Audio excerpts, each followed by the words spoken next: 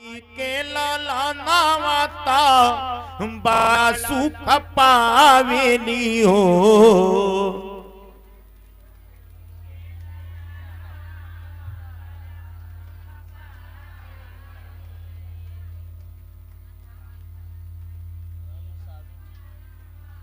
प्रेम से बोले श्रीमद् भागवत महापुराण की जय। रुद्धि यादव जी की तरफ से ठाकुर जी के दरबार में 51 रुपया, झगरू शर्मा जी की तरफ से ठाकुर जी के दरबार में 21 रुपया, और रामू साधु जी के तरफ से ठाकुर जी के दरबार में 11 रुपया। भगवान कल्याण करें, मनोकामना परिपूर्ण करें। आप कृपा भगवान के आप लोग के ऊपर यही तरह बरसत रहे। हाँ, धर्म के काम में आप लोग आगे रह जा, यही तरह ठाकुर जी के दरबार में कृपा आप लोग के बरसत रहे। कि छोटे मोटे पाई के लाला नवाता बड़ा सुख पावेली हो।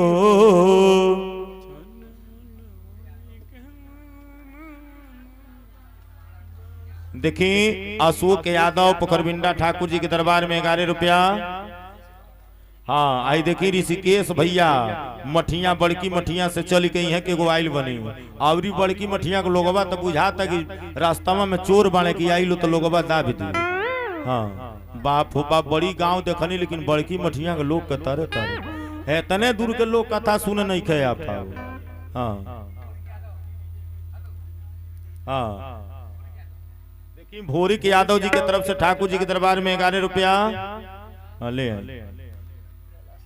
कैलाश शर्मा जी की तरफ से ठाकुर जी के दरबार में 21 रुपया। गुप्त दान मुन्ना भैया की तरफ से बानो। हाँ, हई के देख गई है बाबू। हाँ, ना वहां के देवे कहीं। चलिए प्रेम से बोलिए श्री सांवले सरकार की।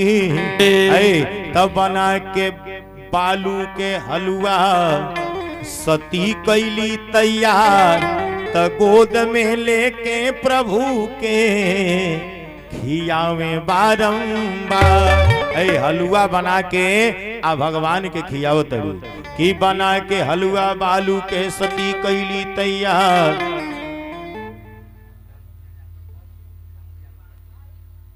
देखिए रामप्रीत यादव जी की तरफ से ठाकुर जी के दरबार में 11 रुपया। छांगुर यादव जी की तरफ से ठाकुर जी के दरबार में 11 रुपया। सन्नी बाबू की तरफ से ठाकुर जी के दरबार में 11 रुपया। हाँ, पिंटू भैया के जजमान जौन बाणे उनके बालक हमें पिंटू बाबू के मलकिन के तरफ से ठाकुर जी के दरबार में 21 रुपया।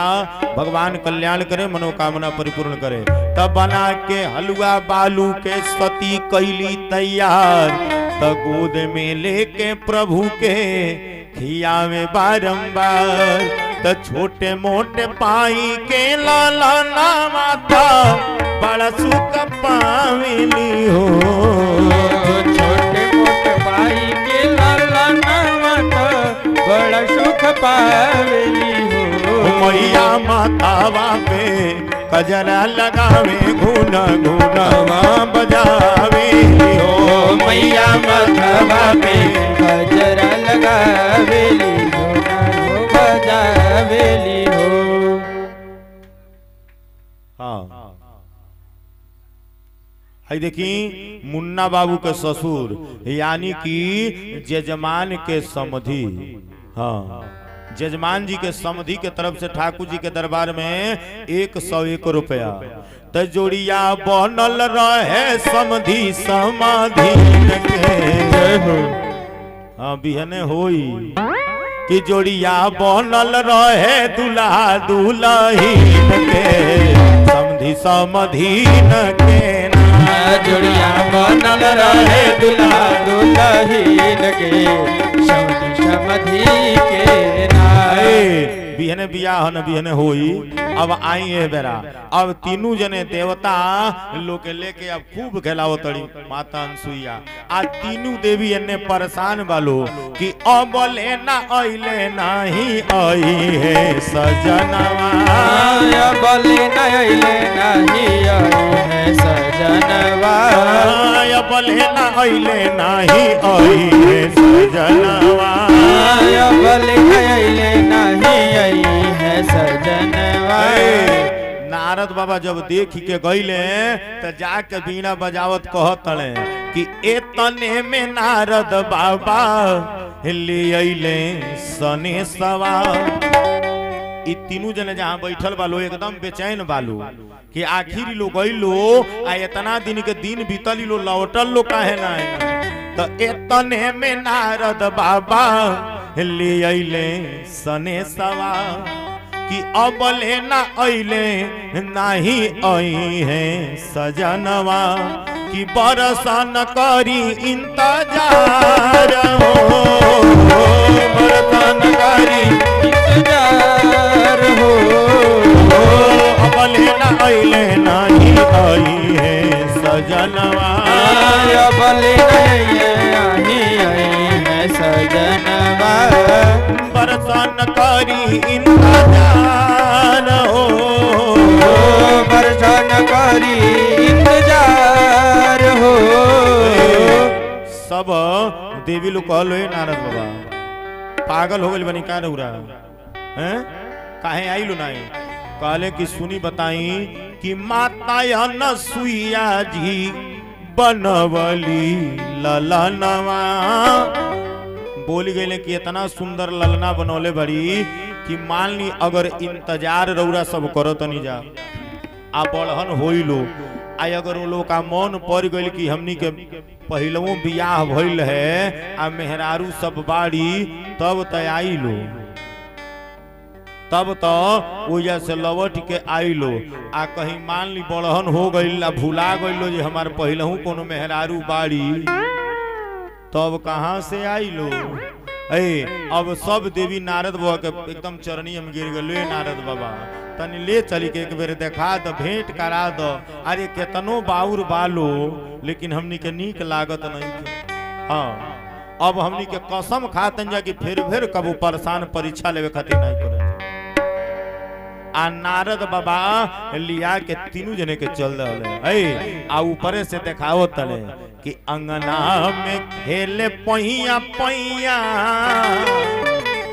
कहले उ देखो तहनिए के हल तीनों जन आ खेल तलु अपन अपन तनी चिन्हब जा केहू चिन्ह पावता कि अंगना में खेले पहिया पहिया बताओ कौन किन के है सैया अंगना में खेले पहिया पहिया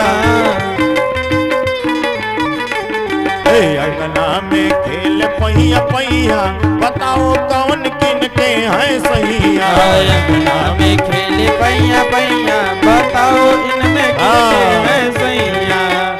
जब आई लो तो देख लो कि तीनों जने जवन बा ओइजा खेलत है देखिए ठाकुर जी ब्रह्मा विष्णु महेश आई तीनों जने ललना बनल वालो तो अर्जुन बाबू के मलिकिन के तरफ से जो जजमान के मझली पतोई है हाँ उनके तरफ से ठाकुर जी के दरबार में कई सौ रुपया भगवान कल्याण करे दिन दूना रात चौगुना आप लोग आगे बढ़ी जाए जे भी ठाकुर जी के दरबार में दान ले आवता ऊ हो आज जे नाई ले आवता ऊ हो ठाकुर जी के कृपा सबके ऊपर एकदम बरसत रहे हाँ।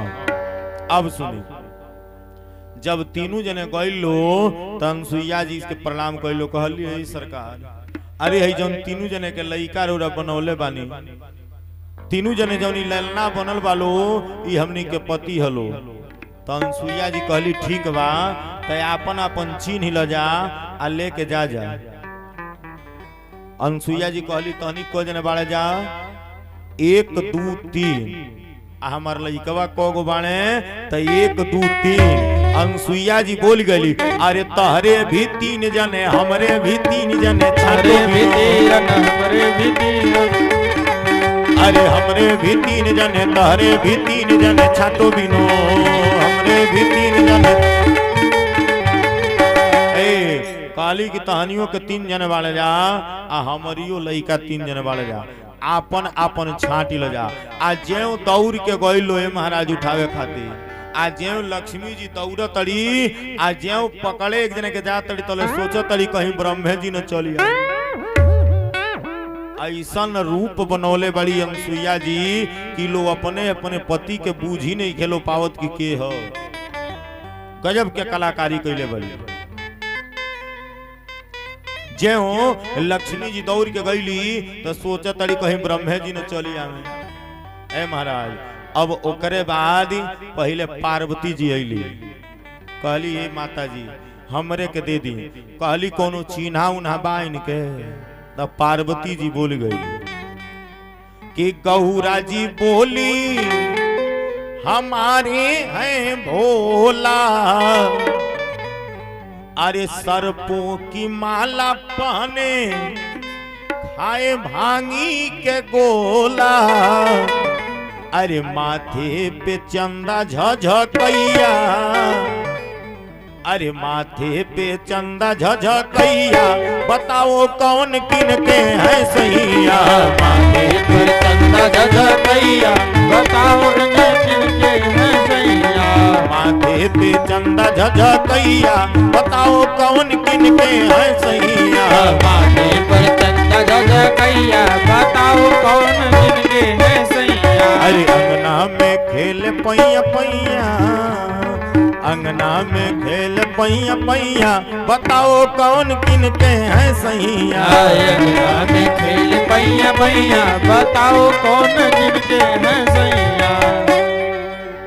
कहली अच्छा चली राउर तो हो गए, राउर चिन्हा हम बुझ गनी कि के में उ रहल।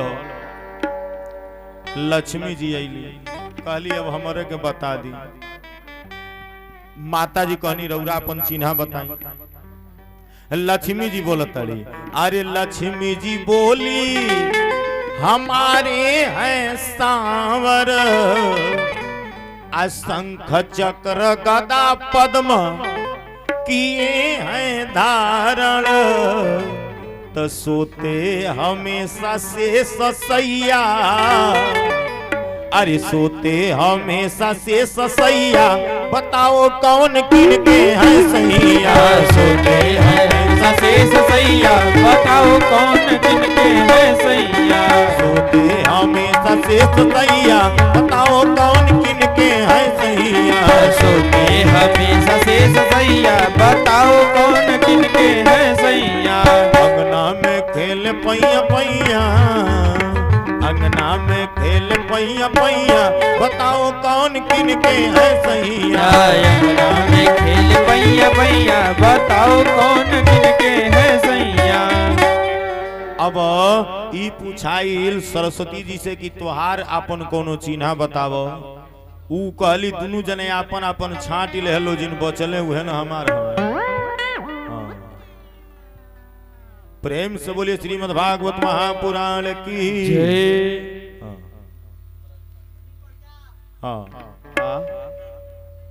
का अब जौन बात देखी है ठाकुर जी के दरबार में इंद्रासन यादव के पत्नी जी के तरफ से ठाकुर जी के दरबार में 21 रुपया बुझाता अच्छा बनहनैया जब मिलल बा नगद। ए बाबू है केकर नाम दिल राजधानी डीजे। हाँ राजधानी डीजे के तरफ से ठाकुर जी के दरबार में 11 रुपया। का करे लइकवा इहो परेशान बा, इतना अगली बगली गांव बा, लोग कहता हमरे गाँव में नहीं के सुना। हाँ अब बिहने 4 गो चोंगा उरी लिया के बांध दे चारू कोने पर नहीं के। का करे जन्माष्टमी में सब बुक हो गई, एहू बेचारे में कोनो दोष नहीं के।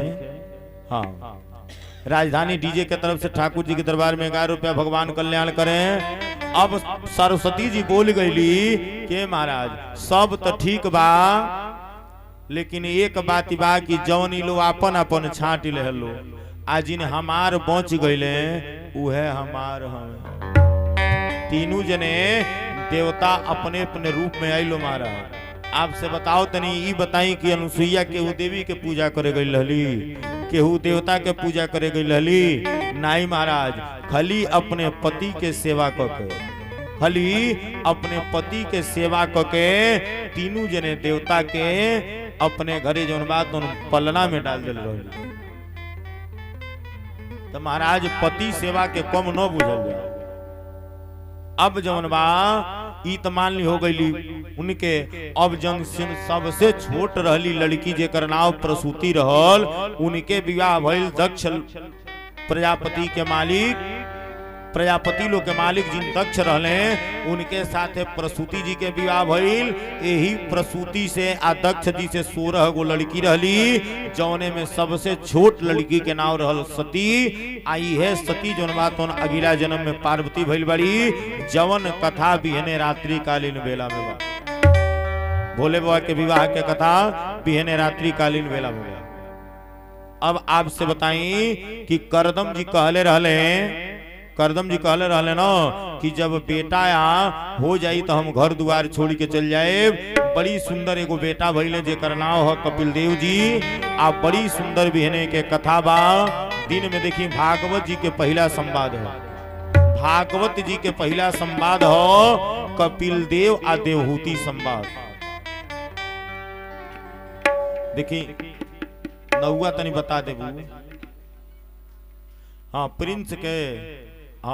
प्रिंस के अम्मा के तरफ से ठाकुर जी के दरबार में 21 रुपया भगवान कल्याण करें। देखिए बिहने जौन दोपहरिया के संवाद बा ई भागवत जी के पहला संवाद हो। भागवत जी के पहला संवाद देवहूति या कपिल देव जी के संवाद, बड़ी सुंदर संवाद बा महाराज।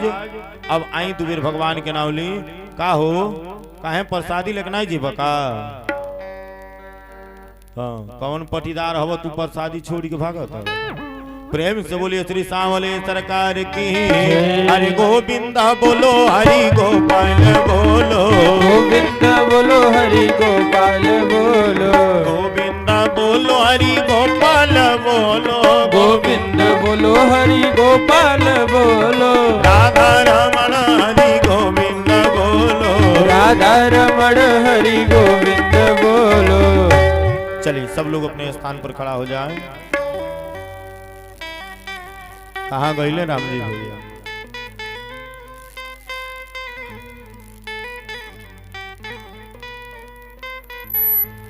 ओम कर्पूर गौरम करुणावतारम संसार सारम भुजगेन्द्रहारम सदा वसंतम हृदयारविंदे भवं भवानी सहितम नमामि। प्रेम से बोलिए श्री सांवले सरकार की।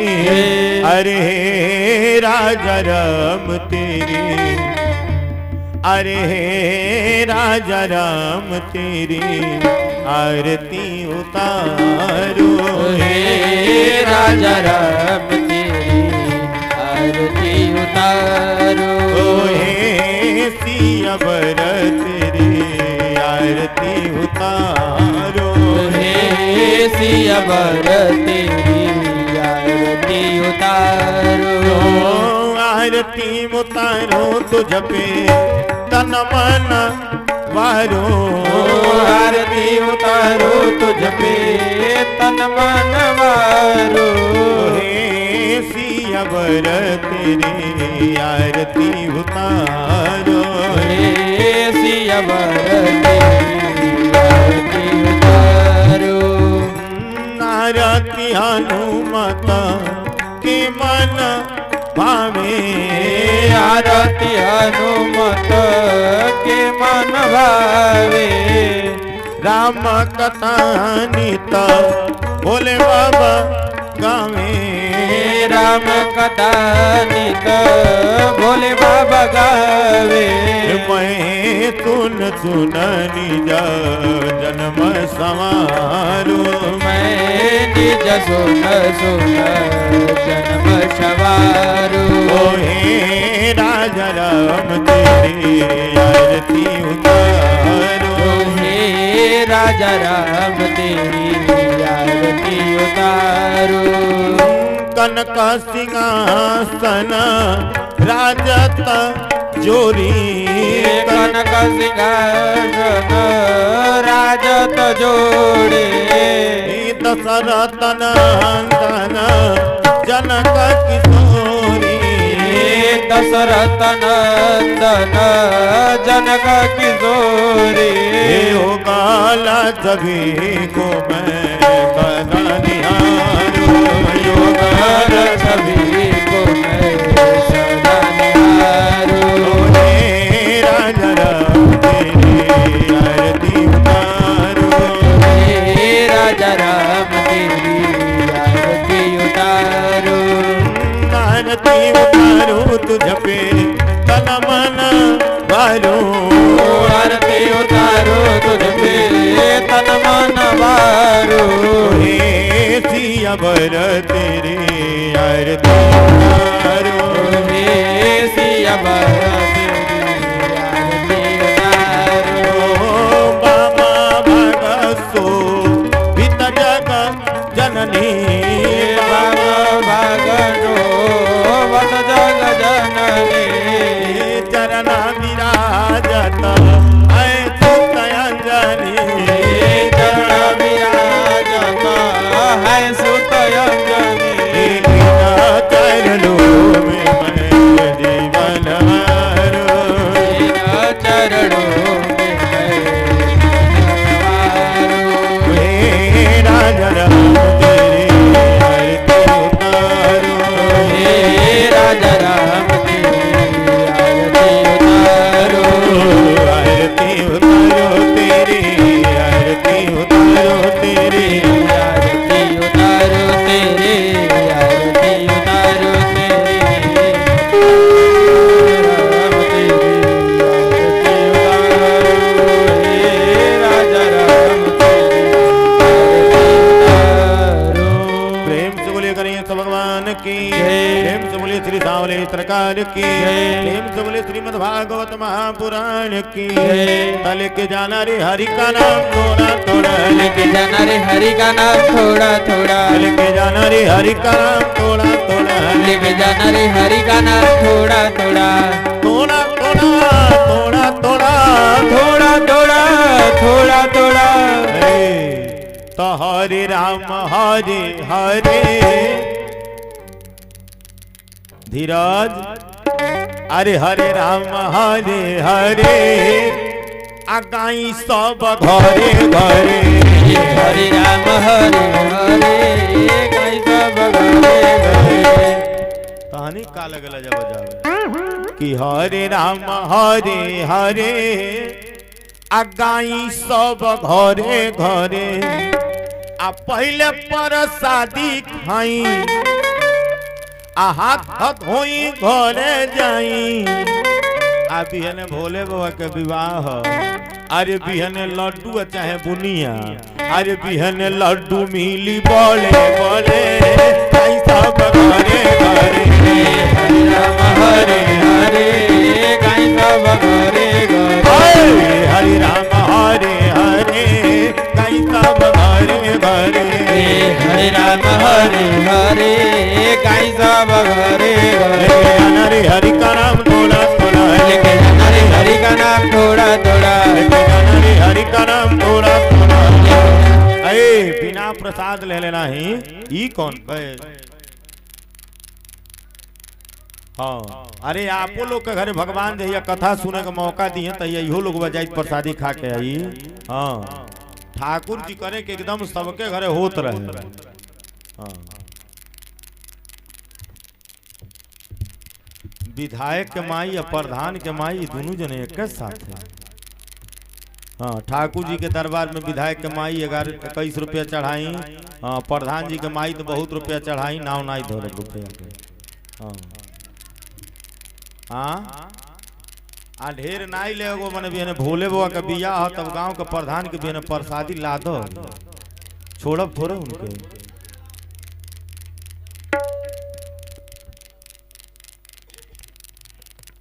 अष्टमी जौन बा बिहने के खैले लोग परसों भूखल रहे हाँ ठीक ना हाँ भगवान के जन्म परसों हो आ यही पर भगवान के जन्म राखले बाकी जहिया अष्टमी रहे तहिया ठाकुर जी के जन्म ही हो परसों ठाकुर जी के जन्म विवाह कथा के माध्यम से हाँ यही पर यही खातिर कथा राखल बा कि परसों जन्माष्टमी भी हो आ भगवान के जन्म के कथा भी परसों भागवत जी के कथा में परसों इजा हुई भगवान के जन्म के कथा ठीक हाँ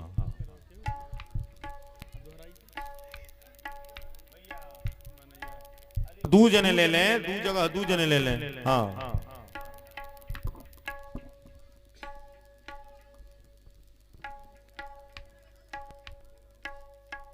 हाँ प्रेम पूर्वक प्रसाद पाइब जा अपनो खाए